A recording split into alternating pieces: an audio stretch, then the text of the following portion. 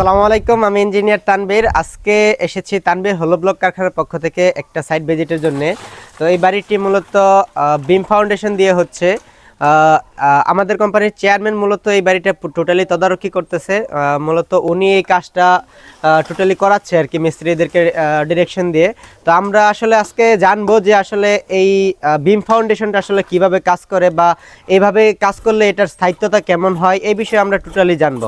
তো আপনাদেরকে পরিচয় করে দিচ্ছি আমাদের কোম্পানির চেয়ারম্যান আতর রহমান ভাই। ভাই ভালো আছেন? আলহামদুলিল্লাহ ভালো আছেন ভাই, আজকে আমাদেরকে বলবেন যে এই যে বাড়িটা করতেছেন, এই বাড়িটা আসলে টোটাল কি পদ্ধতিতে করতেছেন? এটা তো আসলে ইঞ্জিনিয়ারিং কোনো পদ্ধতি না। এই বাড়িটা দেখা যাচ্ছে সর্বপ্রথম আপনার নিচে প্রতি রুমে মানে প্রতি রুম টয়লেট গুসখানা যা আছে কিচেন প্রতি রুম এটা ভীম করা হয়েছে। মানে টোটাল 10-12 সবগুলো ওয়ালের নিচে হচ্ছে ভীম করা হয়েছে। হ্যাঁ, প্রতিটা ওয়ালের নিচে এই যে প্রথম এই যে 10-12 ইঞ্চি একটা ভীম করা হয়েছে। এই যে এটা কিন্তু ভীম, নিচে এটা ভীম ডালাই দেওয়া হয়েছে। ভীমের উপর থেকে উপরে কিন্তু এই যে আপনার 8-8-16 যে ব্লকটা, এই ব্লকটা এই যে 3 লেয়ার করা হয়েছে।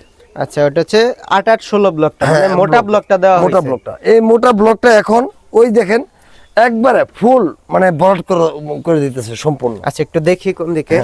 যে এই যে এটা কিন্তু এখন সম্পূর্ণ ভরাট করা হচ্ছে। এই যে ব্লকগুলো, আমাদের এই ব্লকগুলো হচ্ছে টোটালি যেই 3টা লেয়ার করা হয়েছে, এই 3টা লেয়ার হচ্ছে টোটাল যে ভিতরে ফাঁকা জায়গাটা আছে, হোলটা আছে, এটা সম্পূর্ণ ঢালাই করে ভরাট করে দেওয়া ঢালাই করে ভরাট করে দেওয়া হচ্ছে। ভরাট করার পরে এখন এটা থেকে 4.5-8-16 যে ব্লকটা, এই ব্লকটা গাঁথনি হবে ফার্স্ট। আচ্ছা, 4.5, 8 আর 16 যেই ব্লকটা আছে, ব্লকটা হচ্ছে তারপর গাঁথনি হবে, অর্থাৎ 5 ইঞ্চি গাঁথনি হবে। হ্যাঁ 5 ইঞ্চি গাঁথনি হওয়ার পর তারপর এটা দুই পাশ দিয়ে তক্তা বেড়ে দিয়ে চাপ ঢালাই, এটাকে বলে চাপ ঢালাই। চাপ ঢালাই মানে কলামগুলো চাপ ঢালাই করা হবে। হ্যাঁ, পিলার হবে, তবে পিলারটা একটু চিকন হবে। চিকন হবে। এটা কিন্তু নিচে একবারে ইয়া থেকে বেস থেকে করা হয়েছে, মানে ভীম থেকে উঠানো, ভীম থেকে উঠছে। আচ্ছা, এই কাজটা কিন্তু আপনার অত্যন্ত শক্তিশালী হয়। কেন শক্তিশালী হয়? এটা কিন্তু দেখা যাচ্ছে আপনার প্রতি রুমে যখন ভীমটা ঢালাই করা হয়েছে এখন ওয়াল করবে আগে, তারপর ছাদ ঢালাই হবে।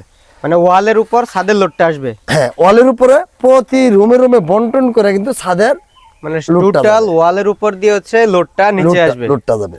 আচ্ছা, ঠিক আছে, বুঝতে পারছি। তো মূলত বাড়িটা তো 6 রুমের হচ্ছে না? হ্যাঁ, এটা 2 ইউনিটের বাড়ি। এখানে মোট 6টা বেডরুম, 2টা কিচেন, 4টা টয়লেট, মোটামুটি 1900 স্কয়ার ফিট। এই যে আপনাকে দেখাই, এই যে এটা কিন্তু 2100। হ্যাঁ, এটা কিন্তু 1 ইউনিট। এই পাশে এই যে 1টা 2টা 3টা বেডরুম। হ্যাঁ, এটা হলো কিচেন। আর এখানে 2টা, একটা টয়লেট, একটা কমন টয়লেট, আর এই যে এটা হলো ডাইনিং প্লেস। আচ্ছা, মূলত আমাদের একই ডিজাইনে হচ্ছে এই পাশে 3টা রুম, একই পাশে অপর পাশে 3টা রুম, মূলত 6টা রুমের বাড়ি করা হচ্ছে 2100 স্কয়ার ফিট। আচ্ছা, এই পদ্ধতিটা তো নতুন, তো এই পদ্ধতিতে এই বাড়িটা করলে আসলে কি রকম খরচ হবে? এই বাড়িটাতে এখানে টোটাল ব্লক লাগতেছে, নিচের ফাউন্ডেশনের ব্লক লাগতেছে 850 পিস। 850 পিস? হ্যাঁ, নিচে ফাউন্ডেশনের ব্লক লাগতেছে 850 পিস। আর 2 ইউনিটে 6টা বেডরুম, 4টা টয়লেট, 2টা কিচেন, 2টা ডাইনিং।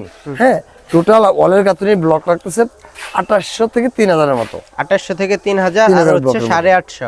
হ্যাঁ। আচ্ছা, আর এই 2 ইউনিটের বাড়িটা কমপ্লিট করতে একবারে দরজা, জানালা, টয়লেট, মানে টাইলস, ইলেকট্রিশিয়ান, রং, এভরিথিং কমপ্লিট হতে সর্বোচ্চ খরচ হবে 25 লক্ষ টাকা। মানে দোতলা ফাউন্ডেশন দিয়ে মাত্র 25 লক্ষ টাকা?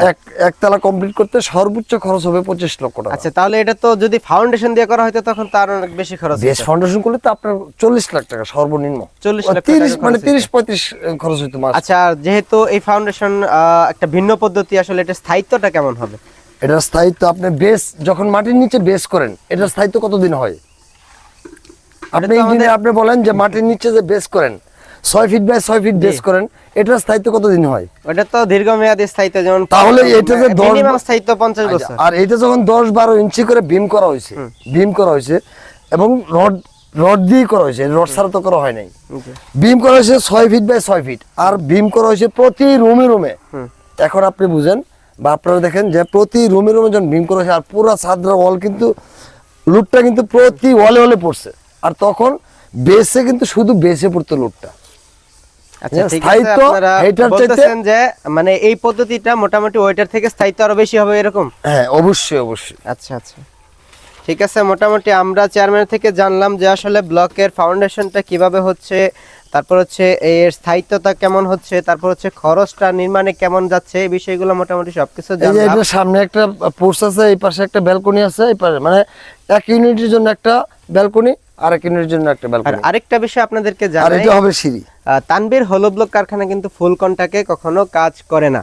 ওরা হচ্ছে এরকম ভাবে কাজ করে যে আমরা মিস্ত্রি সাপোর্ট দিব, অর্থাৎ আমাদের থেকে আপনারা ভালো মানের মিস্ত্রি নিতে পারবেন, এই যে এই অভিজ্ঞ মিস্ত্রি মিস্ত্রিগুলো নিতে কিন্তু পারবেন। এই আমাদের আমাদের কোম্পানির কোম্পানির মিস্ত্রি, ওরা হচ্ছে আমাদের শুধু সাথে কাজ ওদের করে। মজুরি নিতেছে, মালামাল সব মালিক নিজে কিনে আমরা দিচ্ছে। হচ্ছে মিস্ত্রি বিলটা আপনাদের থেকে নিব, তাছাড়া হচ্ছে আমাদের ফ্যাক্টরি থেকে আপনাদেরকে ব্লকগুলো নিতে হবে, তারপর হচ্ছে ইঞ্জিনিয়ারিং যত সাপোর্ট অর্থাৎ বাড়ির ড্রয়িং ডিজাইন হচ্ছে আমরা করে দিব, আর মূলত বাড়ির যত মালামাল লাগবে সবকিছুর এস্টিমেট হচ্ছে আমরা করে দিব। আপনি শুধুমাত্র মালামাল গুঁড়া করে দিবেন, আমরা আপনার কাজটা করে একদম ফিনিশিং করে দিয়ে আসবো।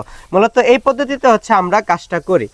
তো আমাদের এই কারখানা থেকে যদি আপনারা ব্লক নিতে চান, সেক্ষেত্রে যে স্ক্রিনে যে দেয়া নাম্বারটি আছে এটা হচ্ছে আমাদের কোম্পানির চেয়ারম্যানের নাম্বার। এই নাম্বারে সরাসরি যোগাযোগ করে আপনারা হচ্ছে ব্লক সংগ্রহ করবেন এবং কাজের অর্ডার দিবেন। তো সবাইকে ধন্যবাদ, আসসালামু আলাইকুম।